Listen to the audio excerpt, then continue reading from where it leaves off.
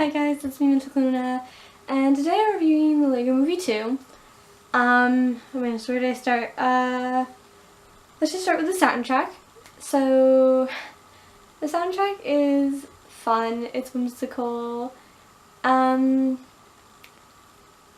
say there's more music in this one than the first one, definitely, that I noticed. The only song that I remember from the first one, which I have seen recently, so was Everything Is Awesome, and I think that was the only song that they had, but this one has so many more songs that aren't just instrumental, that are more lyrical, very more musical-ish.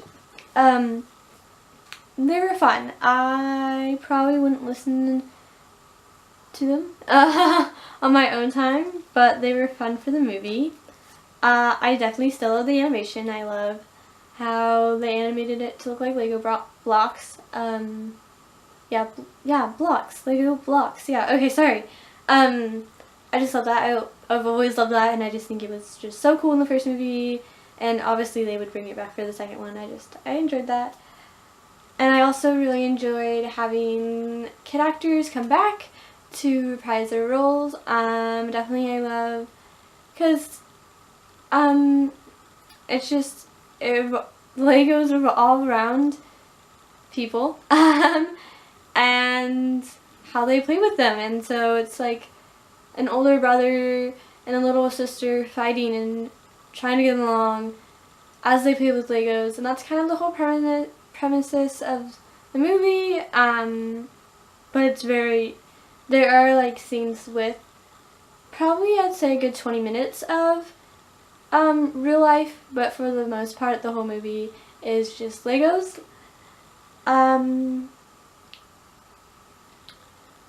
Gosh, my notes are like all over the place. I'm just gonna go online. Okay, so one of the messages that I definitely noticed in this movie is it doesn't matter how old you are, you can still be yourself and love toys, and you can still grow up and still become an adult, but you can still love childish things like toys or kid TV shows. You can still enjoy that, and I think it's a very important message to put out there, because I feel like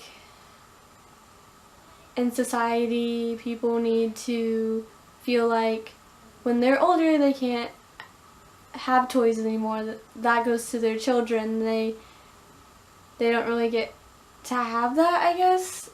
Hopefully that makes sense. And I feel like from my point of view, I am definitely growing up, but I still love toys. I still love young cartoons. I still love children movies because they're just magical, I guess, if that makes sense. And I feel like even though you do have to get a job when you're older, and you have to do adult things, you can still have fun. So I think that was a really important message that they portrayed in this movie, and I highly appreciate that. So I'm getting into spoilers in this review. This is obviously a spoilers review if you read the title. And I'll talk about one of my favorite plot twists, which is one of the characters you see in the trailer, Rex Dangerous, ends up being the villain of the movie. I'd like to put that in quotation marks, which part of me didn't see coming. It kind of surprised me a little bit. I was like, oh, okay then, because Rex is like Emmett in the future, where he's all grown up, because throughout the whole movie it's just Emmett trying to become more grown up and trying to be more mature, and Rex is that, and he asks Rex to become that like figure to teach him how to become an adult, a grown up. And so him being the villain was quite interesting, because it's like, yeah, you from the future, this is what you will become because of me. And so Emmett is like, nah, I'm good. I'll stay myself. And I think that was a good choice. Yeah, I think, I know, that I think it was interesting to have Rex be Emmett from the future, because I wouldn't see that coming. Because you think it's just, oh, it's a different character, but it's also voiced by Chris Pratt. And then you're like, oh, that makes so much more sense now. Yeah, so I like that plot twist. I think that was very interesting. I really like that. Emmett and Lucy in this movie are great. They still have their charisma.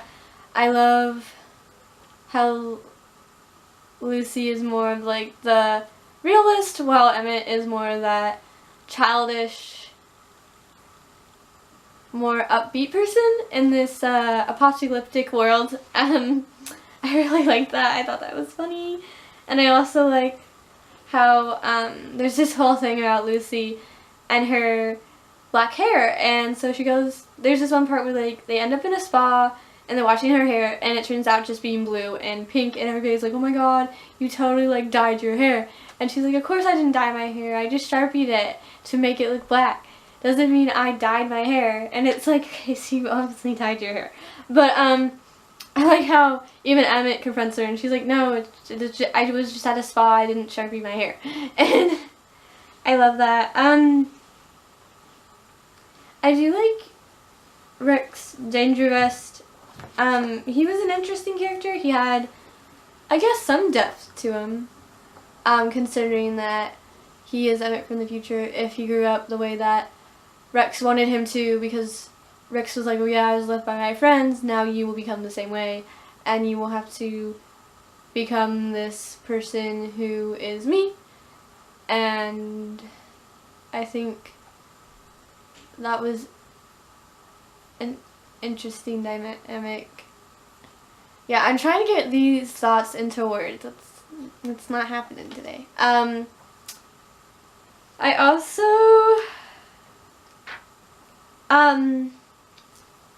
a new character that was in this movie was whatever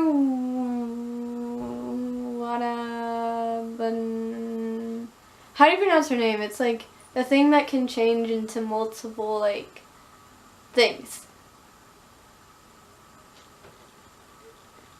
Cause like I have the name written down. Just my whole problem, I was trying to describe this movie to my dad the other day, and I couldn't say her name to save my life. So I apologize, because it's like whatever Vanovi or something. I don't know how to pronounce it. But I like how she can like be anything. I think that's cool. I think that's definitely like a child's imagination, like creating things out of Lego blocks, and that's like the whole point of Lego is using your imagination to create things, which I really, really liked. I also like how she kind of played off as a villain, but she was never the villain of the movie. She was actually the, like, good guy in the end. And I really liked that. I thought that was an interesting twist, because Lucy was like, yeah, no, she's definitely a villain. Everybody else was like, no, she's not. And I was on Lucy's side. I was like, yeah, she seems kind of villainous. She sings this whole song about how she's not supposed to be a villain. And I was like, yeah, I think you're pretty much a villain at this point. Well, then when it turned out to be Rex, I was like, didn't see that coming. So that was really interesting. Oh, yeah, I wanted to talk about...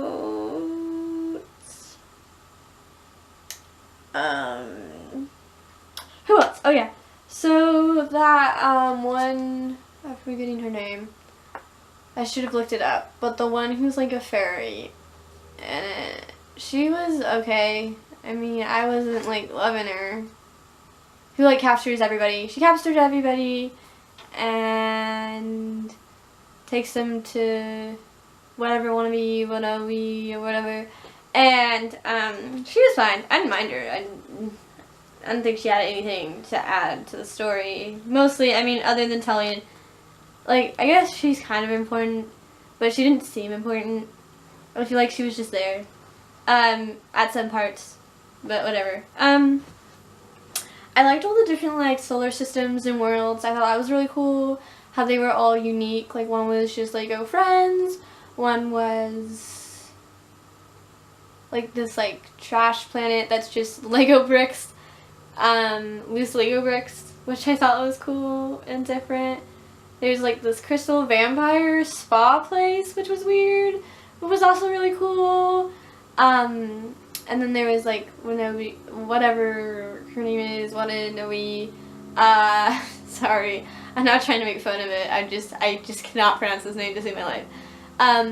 Like her like kingdom was cool. Yeah, it was interesting. I really liked all the different worlds. I thought they were all like unique and cool.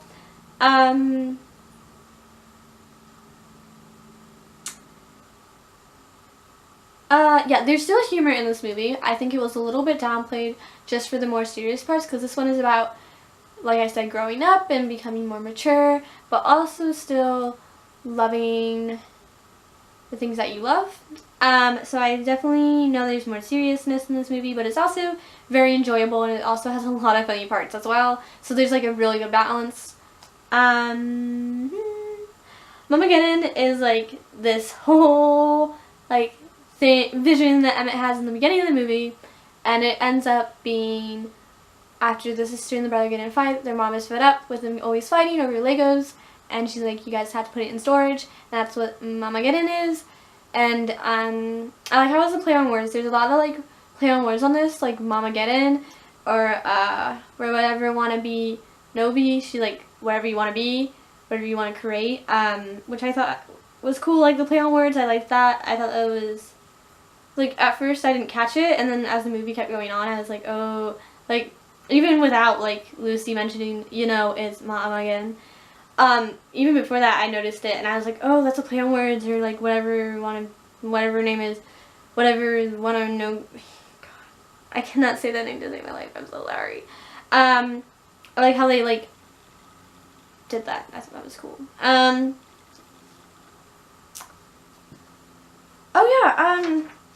The brother in this movie is a teen, and I wanted to mention that because he's still playing with Legos, and that makes me actually really happy because you don't really see teens in movies playing with toys marketed towards younger children, and I really appreciated that because in the first movie he was playing Legos with his dad and he was a young child, but now he's older and he's still playing with Legos, but he's making more like more,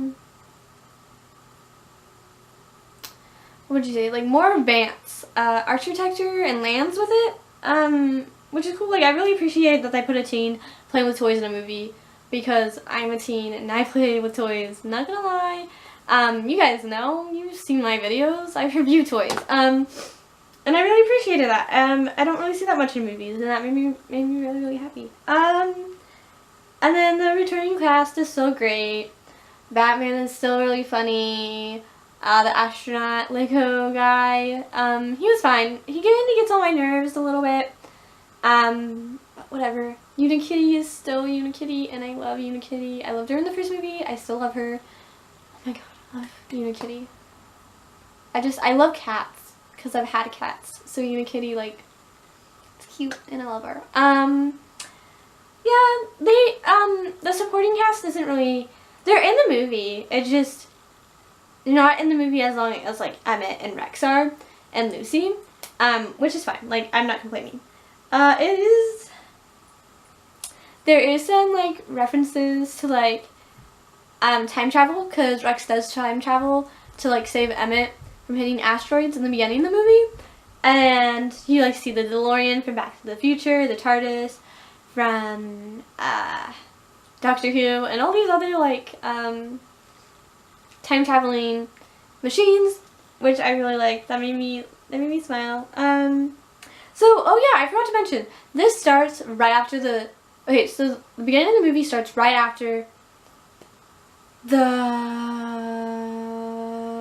first one ends with the Duplo characters coming back, and then after that it starts 5 years later. So it starts right after the first movie ends. And then you get like some backstory on why it's like apocalyptic and then it's like 5 years later, and you see like this whole apocalyptic like world, and that's where this movie starts.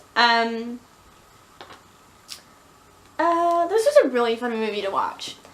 I was in a theater with a mom and like 2 children, 4 teenage boys, me and my sister, and I enjoyed it. I had fun. I know the little kids did. They were super cute.